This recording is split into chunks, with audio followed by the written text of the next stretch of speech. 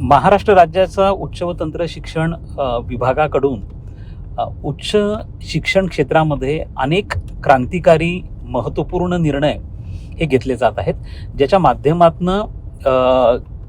विद्यार्थ्यांचा शैक्षणिक विकास करण्याबरोबरच 21व्या शतकातल्या आणि ज्या वेळेला भारत हा एका आपल्या अमृत काळाच्या माध्यमातून आपल्या स्वातंत्र्याची 100 वर्ष पूर्ण करण्याच्या दिशेने जातो आहे, अशा वेळेला एक सक्षम युवा पिढी ही कशा पद्धतीने तयार करता येईल आणि 21व्या शतकातले जे वेगवेगळ्या प्रकारची आव्हानं आहेत त्या आव्हानांचा सामना करण्यासाठी आवश्यक ते सर्व कौशल्य ही विद्यार्थ्यांमध्ये कशा पद्धतीने आणता येईल या दृष्टिकोनातून अतिशय महत्त्वपूर्ण पावलं ही उचलली जात आहेत. त्यातलं जे फार महत्त्वाचं वैशिष्ट्य किंवा पाऊल म्हणता येईल ते म्हणजे राष्ट्रीय शिक्षण धोरण 2020 ची अंमलबजावणी सन 2023-24 पासून राज्यामध्ये सुरू झालेली आहे आणि त्याला पूर्ण ताकदीने आणि सर्वसमावेशक पद्धतीने राबवणारं राज्य हे देशातलं हे पहिलं राज्य आहे आणि त्या दृष्टिकोनातून उच्च व तंत्र शिक्षण विभागाने मोठ्या प्रमाणात प्रयत्न सुरू केलेले आहेत. त्या अनुषंगाने गेल्या 1 वर्षामध्ये अनेक महत्त्वपूर्ण निर्णय आणि जे संपूर्ण देशामध्ये पहिल्यांदाच महाराष्ट्राकडनं घेतले गेलेले आहेत. जसं प्रोफेसर ऑफ प्रॅक्टिस हा अपॉइंट करण्याचा जो निर्णय आहे तो पहिल्यांदाच महाराष्ट्र सरकारने देशामध्ये घेतलेला आहे. त्याचप्रमाणे नॅकच्या मूल्यांकनामध्ये सध्या राज्य हे संपूर्ण देशामध्ये आघाडीवरती आहे.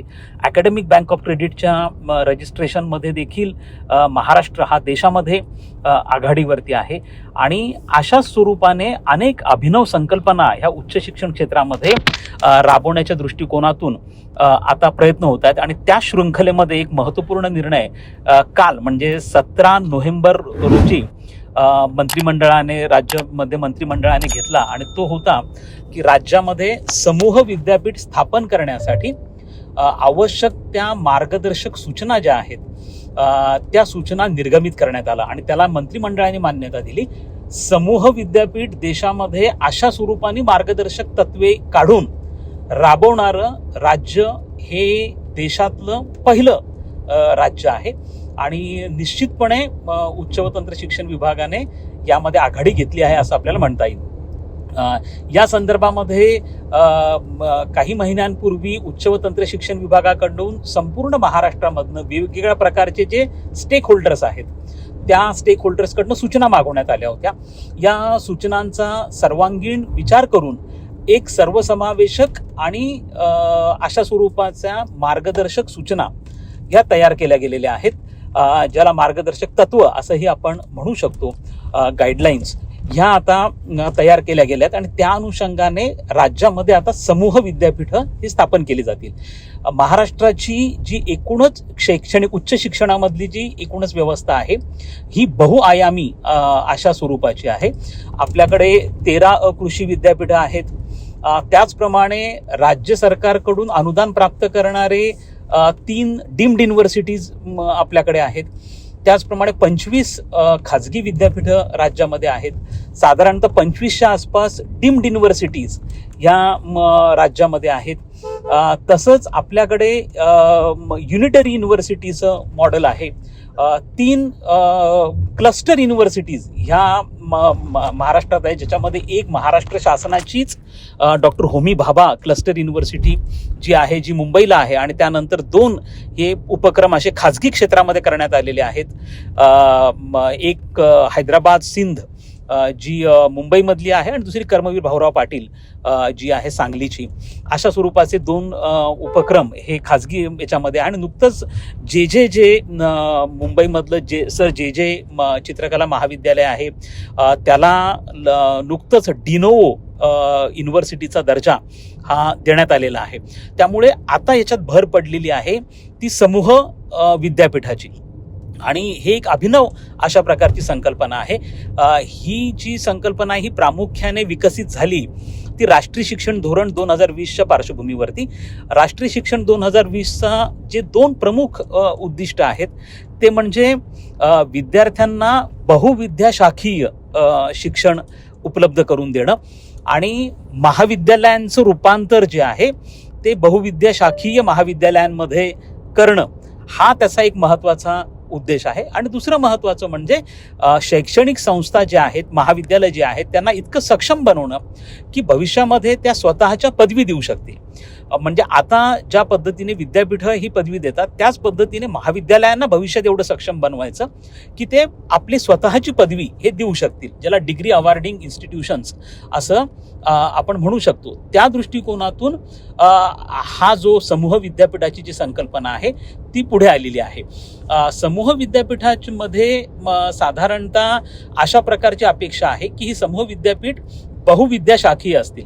म्हणजेच काय की एका जिल्ह्यामध्ये एकाच महाविद्यालयाचे किंवा एकाच संस्थेचे आणि एकाच व्यवस्थापनाच्या अंतर्गत जी महाविद्यालय येतात ती महाविद्यालय एकत्र येऊन समूह विद्यापीठ स्थापन करू शकतील.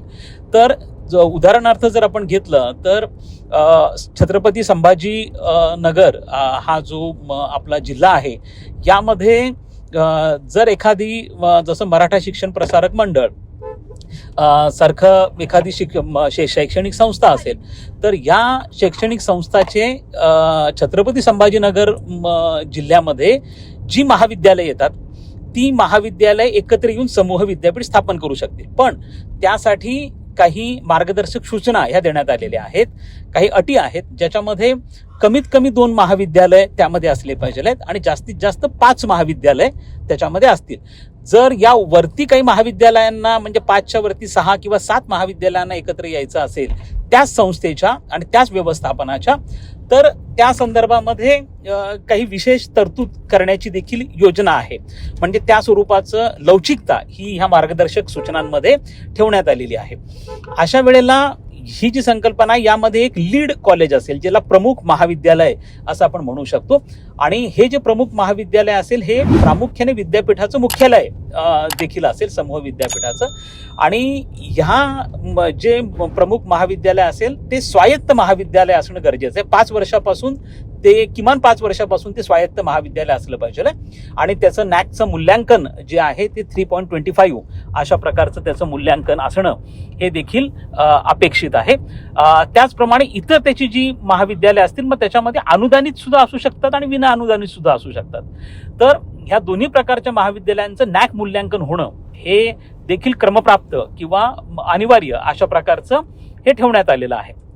अशा पद्धतीने ही महाविद्यालय एकत्र येऊन समूह महाविद्यालय स्थापन करू शकतील. यासाठी काही जागेची पण अट ठेवण्यात आलेली आहे आणि बांधकामाची पण अट ठेवण्यात आलेली आहे. साधारणतः 15,000 स्क्वेअर मीटर एवढं हे एकूण बांधकाम हे अपेक्षित आहे. आणि जागेमध्ये देखील जी विभागाची मुख्यालय आहेत त्यांच्यामध्ये 4 हेक्टर जागा आणि उर्वरित राज्यासाठी एकूण 6 हेक्टर जागा ही यासाठी अनिवार्य ही करण्यात आलेली आहे. यामध्ये ही मात्र याचं ज्युरिस्डिक्शन जे आहे ते त्या जिल्ह्यापुरतं मर्यादित असेल. ते एकाच जिल्ह्यातली ती महाविद्यालय असतील आणि त्यामुळे त्या जिल्ह्याच्या बाहेरच्या महाविद्यालयांना त्याच्यामध्ये जरी ते एकाच व्यवस्थापनाची असली तरी त्यांना त्यामध्ये सहभागी हे होता येणार नाही. अशा प्रकारची ही संकल्पना आहे. आता यामध्ये मुलांचा फायदा असा होणार आहे की जर एकाच व्यवस्थापनाच्या अंतर्गत एखादं विधी महाविद्यालय असेल किंवा एकाच व्यवस्थापनाच्या अंतर्गत एखादं बीएड महाविद्यालय असेल, एकाच व्यवस्थापनाच्या अंतर्गत एखादं स्वतंत्रपणे वाणिज्य महाविद्यालय असेल किंवा एखादं सायन्स महाविद्यालय असेल, तर हे एकाच जिल्ह्यात जर असतील तर हे सगळे एकत्र येऊ शकतात आणि त्याच्या माध्यमातून बहुविद्याशाखीय विद्यापीठ तयार होऊ शकतं. म्हणजेच त्या संस्थेमध्ये प्रवेश घेणाऱ्या विद्यार्थ्याला अशा पद्धतीने वेगवेगळ्या स्ट्रीमचा विद्याशाखांचा अभ्यास हा करता येऊ शकतो. त्या दृष्टिकोनातनं ही एक अत्यंत महत्वपूर्ण निर्णय आहे. त्याचप्रमाणे याची जी रचना असते ती विद्यापीठाप्रमाणाचीच रचना आहे. या विद्यापीठांचं देखील जसं 2016चा विद्यापीठ कायदा आहे, महाराष्ट्र विद्यापीठ कायदा आहे, त्याच्यामध्ये ज्या ज्या स्टॅच्युटरी पोझिशन्स ह्या दिल्या गेलेल्या आहेत, घटनात्मक जी पदं आहेत तशीच पदं ह्या विद्यापीठांना देखील असतील. याच्यामध्ये देखील कुलगुरू असेल, यामध्ये देखील कुलसचिव असेल, त्याचप्रमाणे परीक्षा नियंत्रक किंवा संचालक परीक्षा असेल, FAO ची पोझिशन असेल. तर अशा स्वरूपाच्या पोझिशन या विद्यापीठांना देखील असतील. आणि यामध्ये एक महत्वाची बाब अशी ठेवण्यात आलेली आहे की असे विद्यापीठ स्थापन झाल्यानंतर पहिली 5 वर्ष महाराष्ट्र सरकारकडनं या विद्यापीठांना प्रतिवर्षी 1 कोटीचं ठोक अनुदान हे दिलं जाणार आहे. या अनुदानामध्ये त्यांनी त्याचा वापर कशा पद्धतीने करायचा, म्हणजे ते ज्या घटनात्मक पदं तयार केली जाणार आहेत त्यांचा पगारासाठी ते वापरू शकतात, काही प्रशासकीय बाबींसाठी ते 1 कोटीचं अनुदान ते वापरू शकतात. अशाच पद्धतीचं जे अनुदान आहे ठोक अनुदान 5 वर्षांसाठी दिलं जाईल, जेणेकरून ही विद्यापीठं आपल्या पायावर उभी राहतील, ती सक्षम बनतील. अशा दृष्टिकोनातून महाराष्ट्र शासनाकडनं हा प्रयत्न करण्यात आलेला आहे. त्यामुळे पहिले 5 वर्ष त्याला हे दिलं जाईल. दुसरा महत्वाचा भाग असा आहे की ही विद्यापीठं स्थापन झाल्यानंतरही त्यामध्ये जर काही अनुदानित महाविद्यालय असतील तर त्यांचं अनुदान हे भविष्यात चालू राहणार आहे. महाराष्ट्रामध्ये जी स्वयंअर्थसहाय्यित विद्यापीठं किंवा खाजगी विद्यापीठं आहेत त्यांच्या बाबतीमधले नियम असा आहे की जर एखादं महाविद्यालय हे ते स्वयंअर्थसहाय्य विद्यापीठामध्ये गेलं तर त्याचं अनुदान तात्काळ बंद होतं. तसा प्रकार हा समूह विद्यापीठाच्या बाबतीमध्ये नाही आहे. समूह विद्यापीठाच्या बाबतीमध्ये जे अनुदानित महाविद्यालय असतील त्यांचं अनुदान आहे तसंच भविष्यामध्ये चालू राहणार आहे. त्यामुळे म्हणजे महाविद्यालयांना त्या बाबतीमध्ये कोणत्या प्रकारची चिंता करण्याची आवश्यकता नाहीये. आता मुद्दा असा आहे की हे महाविद्यालय काढण्याची जी प्रक्रिया आहे ती प्रक्रिया देखील अधोरेखित करण्यात आलेली आहे. अशा स्वरूपाचे प्रस्ताव ज्या संस्थांना अशा स्वरूपाचं समूह विद्यापीठ तयार करायचं आहे त्यांनी अशा स्वरूपाचा अर्ज जो आहे तो अर्ज पूर्ण कागदपत्रांसह शासनाच्या उच्च तंत्र शिक्षण विभागाकडे सादर करायचा आहे. त्या अर्जाची छाननी केली जाईल. त्या छाननीसाठी जसं खाजगी विद्यापीठाची जो त्यांचा DPR असतो, डिटेल प्रोजेक्ट रिपोर्ट ज्याला म्हणतात, तो सबमिट झाल्यानंतर त्याची छाननी करण्यासाठी जशी समिती असते तशी समिती असेल, ती समिती त्याचं छाननी करेल. ती छाननी केल्यानंतर त्यांचं जे नोटिफिकेशन निघणार आहे त्या नोटिफिकेशनला मंत्रिमंडळाची मान्यता घेतली जाईल. त्याचप्रमाणे ते विधिमंडळामधनं पारित करून नोटिफिकेशनचे जे आहे अमेंडमेंट जी आहे ती पारित करून ती निर्गमित करण्यात येईल. त्यामुळे याला एक प्रकारचा स्टॅच्युटरी दर्जा हा त्या माध्यमातून प्राप्त होणार आहे. आणि अशा स्वरूपाची जी विद्यापीठं असतील त्या विद्यापीठांचे स्वतंत्र त्यांची अभ्यास मंडळ असतील, त्यांचे व्यवस्थापन परिषद असेल, त्यांची स्वतःची यामध्ये सिनेट अकॅडमिक काउन्सिल असतील. त्यामुळे त्यांना त्वरित आपले जे निर्णय आहेत ते निर्णय घेता येतील. ते पुन्हा पारंपरिक विद्यापीठांवरती ते विसंबून ते राहणार नाहीत. आणि यांना एक मोठा फायदा असा आहे की ते अनेक स्वतःची कोर्सेस हे सुरू करू शकतात. विशेष करून त्या स्थानिक गरजांच्या अनुषंगाने काही विविध अभ्यासक्रम हे त्यांना करता येऊ शकतात. शॉर्ट टर्म कोर्सेस त्यांना सुरू करता येऊ शकतात आणि त्याला त्वरित मान्यता ही त्यांच्या अभ्यास मंडळांकडनं, व्यवस्थापन परिषदेकडनं त्यांच्या मिळू शकते. आणि याच्या माध्यमातून त्यांना चांगल्या पद्धतीने विद्यार्थ्यांना त्यांच्या ज्या शैक्षणिक गरजा आहेत त्या पूर्ण करण्यासाठी याचा निश्चितपणे फायदा होऊ शकतो. महाराष्ट्रामध्ये अनेक जिल्ह्यांमधनं साधारणतः अशा 20 ते 25 शैक्षणिक संस्था आहेत की ज्यांची अनेक महाविद्यालय आहेत. त्यामुळे अशा शैक्षणिक संस्थांना याचा मोठा फायदा होणार आहे.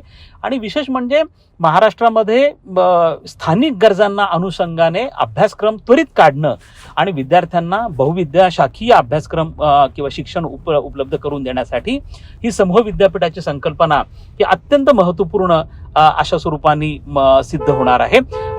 ह्या समूह विद्यापीठांना एक मुदत ठेव ही शासनाकडे ठेवावी लागणार आहे. ही मुदत ठेव जी आहे ही 5 कोटींची मुदत ठेव असेल.